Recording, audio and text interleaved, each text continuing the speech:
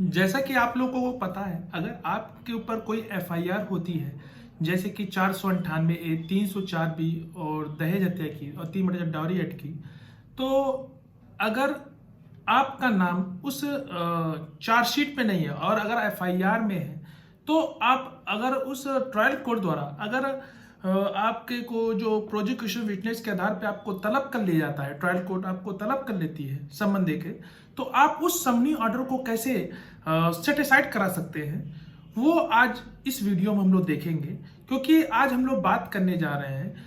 माननीय Allahabad high court का एक और इम्पोर्टेंट लेटेस्ट जजमेंट के बारे में, जो कि एक क्रिमिनल रिवीजन दायर की गई, जो कि Shoaib Ahmad versus state of UP के मामले में, और जो क्रिमिनल रिवीजन जो नंबर था वो था 3848/2022। तो जहां पे जो जो रिविजनिस्ट था उसके ऊपर जो एफआईआर की गई, लेकिन उसका जो चार्जशीट में नाम नहीं था, लेकिन ड्यूरिंग द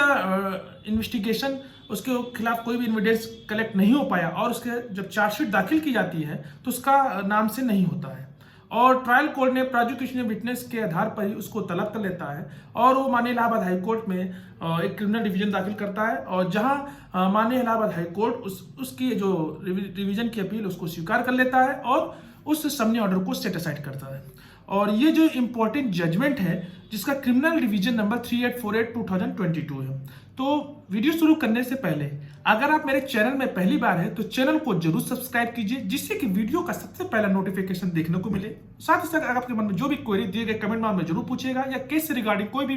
मैटर है तो आप हमसे कॉल पे भी बात कर सकते हैं। तो चलिए शुरू करते हैं इस इंपॉर्टेंट जजमेंट को। जो ये जजमेंट है जिसमें एक क्रिमिनल रिवीजन फाइल की जाती है, जो कि 23/8/2022 को, किसमें, क्योंकि लोअर कोर्ट ने जहां पे सेशन या फास्ट ट्रैक कोर्ट ने जो रिविजनिस्ट को समन द्वारा उसको तलब कर लिया जाता है, उस ऑर्डर के खिलाफ वहां माननीय इलाहाबाद हाई कोर्ट में एक क्रिमिनल रिवीजन दाखिल करता है।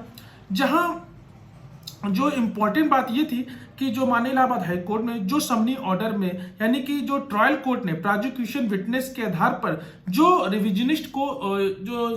तलब किया था, और उसमें ये कहते हुए कि ट्रायल कोर्ट ने कंप्लीटली इग्नोर किया है एविडेंस को, और क्रॉस एग्जामिनेशन जो प्रोसिक्यूशन विटनेस का है, और साथ ही साथ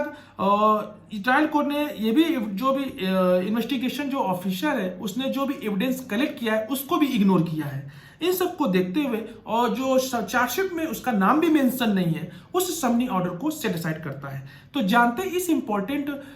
फैसले में जो इंपॉर्टेंट बात क्या थी और एफआईआर में क्या कहा गया। जो ये मामला था, इन्फॉर्मेंट की तरफ से एक एफआईआर दर्ज करा जाती है कि उसकी जो डॉटर है उसकी शादी 25 मार्च 2021 को मुस्लिम रीति रिवाज से हुई। शादी के एक सप्ताह बाद से ही उसके साथ हैरेसमेंट होने लगा, उसके साथ उसे प्रताड़ित किया जाने लगा अतिरिक्त दहेज की मांग के लिए।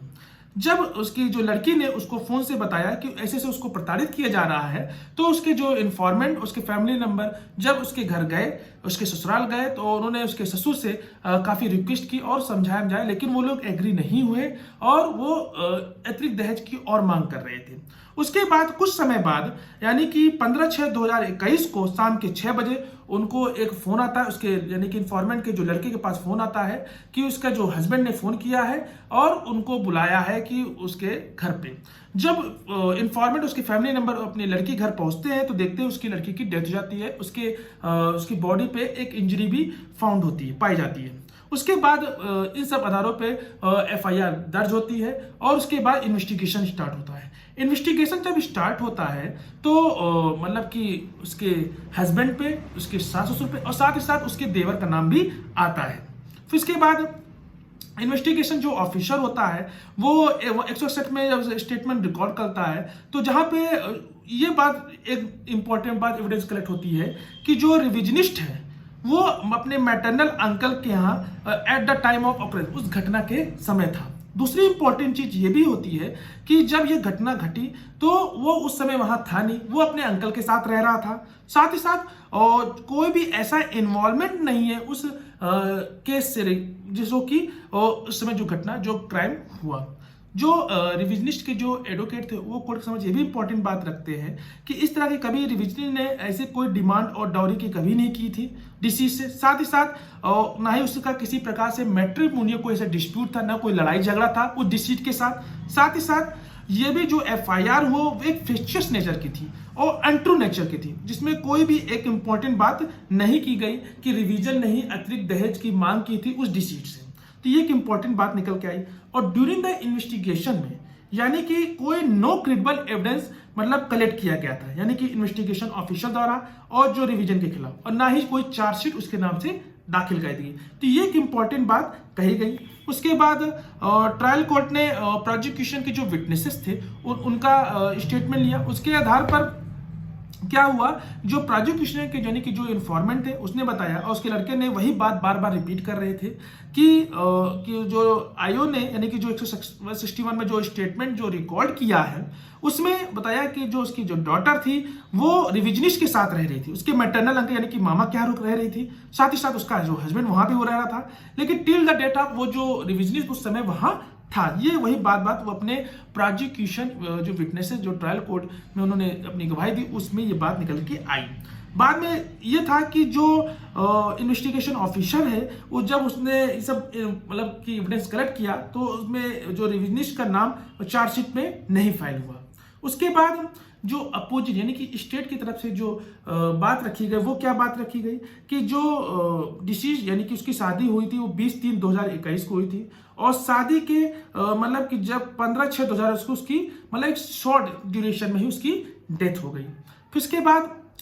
जो डिसीज यानी रिविजनिस्ट वो भी उसमें इन्वॉल्व था, वो भी अतिरिक्त दहेज की मांग कर रहा था और साथ ही साथ वो अतिरिक्त दहेज की मांग में क्या कर रहा था, एक सोने की चेन और एक 4 व्हीलर की गाड़ी की, जो कि उस डिसीज को हैरेसमेंट कर रहे थे, उसके साथ क्रुएल्टी कर रहे थे।